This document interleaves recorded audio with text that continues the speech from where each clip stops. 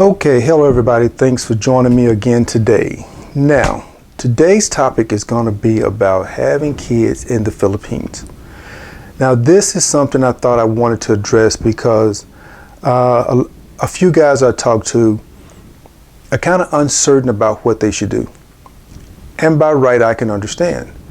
Because anytime there's a child that comes involved, to be a responsible person, you want to do the right thing. Okay? Now, but here's the situation. When you're having a kid in the Philippines, there's a whole new dynamic to the whole scenario. And that has to do with cheating. For some reason, guys don't want to accept that the girl that they're dealing with, that they've met online or in person, could be cheating on them.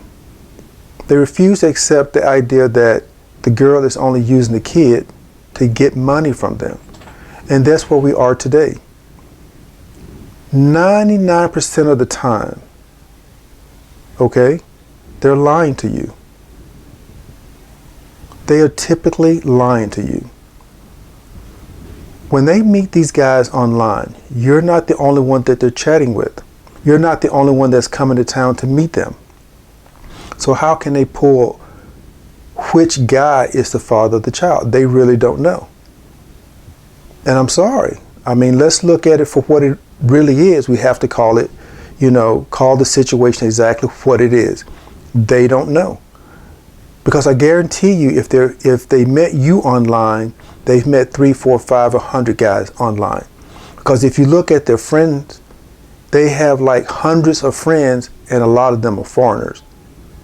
So why is it men cannot accept that they're not the only one that this girl is chatting with? So here we are today. I wanted to discuss with you about some of the things that may be involved with having a kid, or even accepting a kid that may not even be yours. So let's take a look at this, guys. So the first thing I want to ask you is this. What is cheating? To me, cheating is anything you don't want the other person to know about. That's it. Can you tell your partner that you're chatting with other guys? If you don't, then that's cheating. That you went to dinner with someone, you spent the night with someone. If you're keeping those things a secret, then it's cheating. Now, what if the person came and told you, what if the Filipina came and told you, I went to dinner with the foreigner that came to town? You're going to be pissed. What if she say, when he came to town, I spent the night with him? Now, she's been honest about it, but you're still going to be pissed about it because in your mind, you're thinking that you and her are a couple. And with being a couple, you think that she's going to be faithful. But she's not going to be faithful because she's not going to tell you that these guys came to town and she spent the night with them and went to dinner with them, went on trips with them, and did all the things that couples tend to do. And you're just left in the dark. So to me, cheating is anything that you don't want the other person to know about. All right. So now the next one we have to look at is this. What do you think she's doing when she's not with you? Okay. When she's slow to reply, doesn't reply at all, tells you that there was no connection, what do you think she's doing? She's up to no good. I have not found any place in the Philippines yet that you cannot get a connection. I have yet to find one. Now, you may go out to some remote island in a concrete building and you may not get a connection. But 9 times out of 10, that phone is going to get a reception. Now, maybe back in the early years, say like 20 years ago, that may have been true. Because I've seen some locations where my phone would not have any bars, no connection, it's just totally gone. But now, in present day, it's not anywhere that you can go that you cannot get a connection. So I'm starting to hear that excuse a little bit less because they kind of know that doesn't play anymore. So the thing you must ask yourself, when she's not replying to me, what is she doing when I'm not there? Now, the next thing we must look at is this. Do you think she's waiting? Do you think she's waiting on you? I mean, really.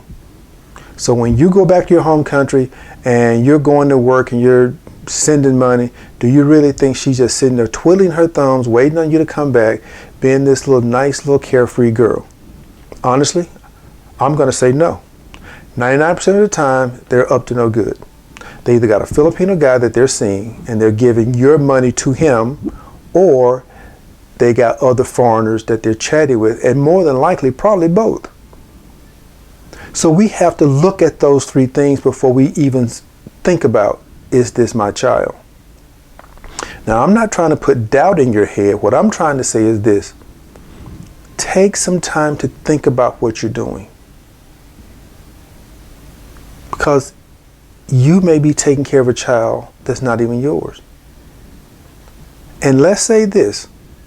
I'm going to play devil's advocate. Let's say the child is yours and you choose to support that child. Here's two things you also have to consider.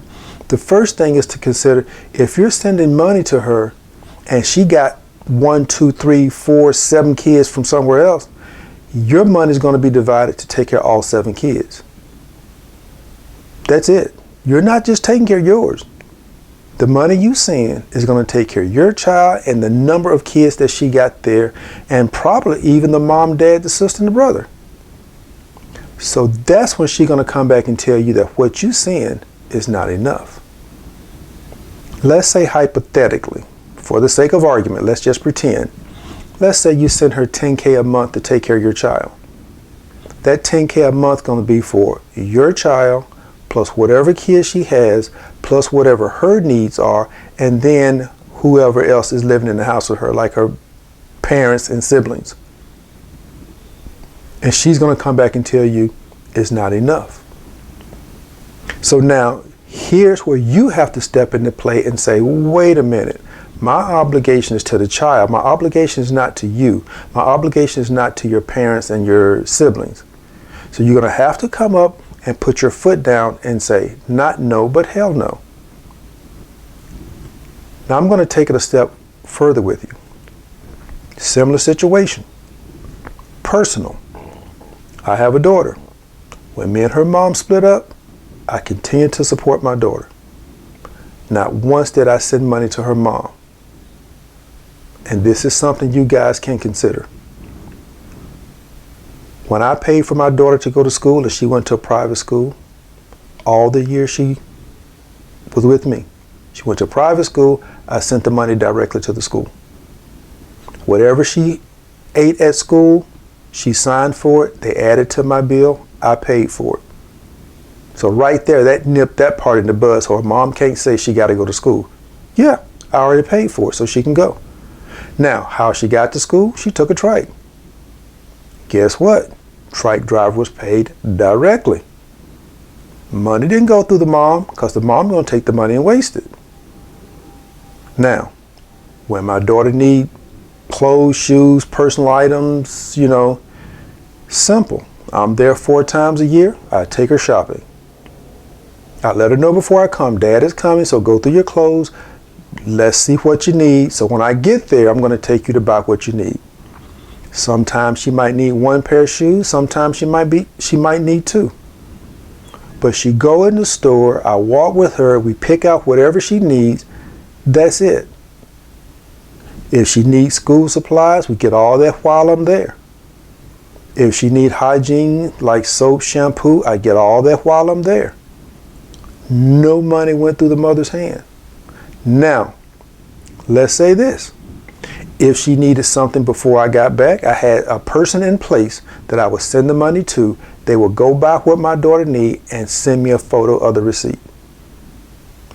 So what I'm trying to show you guys, and I had to get this from a friend of mine, and I remember him telling me that his mother told him, you can take care of that child without being with that woman. But the most important thing I want you to understand, do not sign anything. Don't put your name on any paperwork or you're going to regret it. That's the best advice I can give you. Don't put your name on any paperwork. Even if you support the child, don't put your name on any paperwork. Because I guarantee if they get your nuts in a sling, they're going to get crushed. So this is just something I want you to think about, because when you're not there, you don't know what she's doing. Now that I've been doing my channel, I get a lot of information from guys. And I'm seeing that a lot of guys get caught up in this baby mama drama and scamming. You know, one guy, the girl tells him the child is his. You know, he's happy, he's prepared to go back, visit her, he shows up, and he said the moment he saw the child, he said he knew the child was not his. The child didn't look even mixed. Now while he's there talking to the family's telling him they need like 30,000 pesos a month to help take care of the child. 30,000 going to take care of the whole family.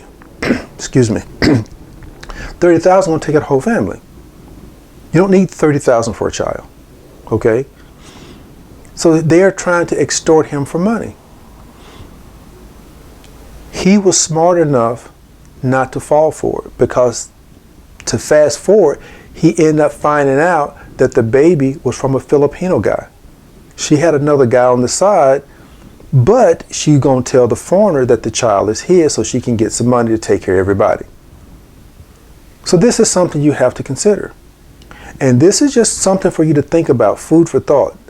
It could be possible, but some of you guys don't want to accept the fact that you could get used. You want to go into this with rose-colored glasses, thinking it won't happen to me, I'm special, I'm lucky, and I'm sorry. No, it can happen to me, it can happen to you, it can happen to anybody.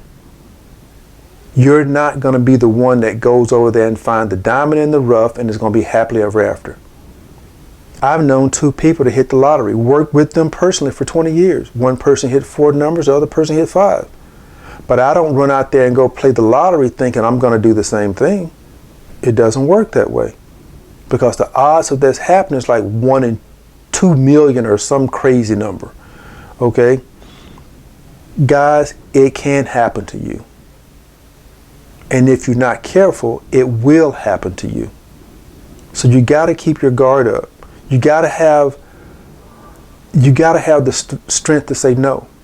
You got to have the strength to take care of yourself, because if you're not taking care of yourself, nobody over there will take care of you.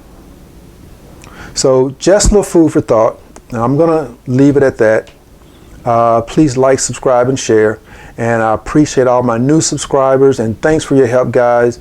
And I'm coming out with something that I want to help all my subscribers, because when you're traveling, you may need some assistance when you go abroad.